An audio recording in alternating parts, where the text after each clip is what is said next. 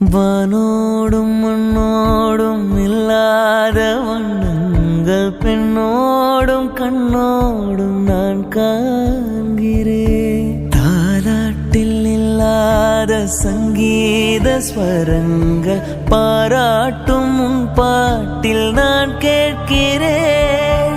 மழைத்துளி என்னதவும் தான் செய்ததோ, மலர் கொண்ட மார்போடு தொட்டாடுதே.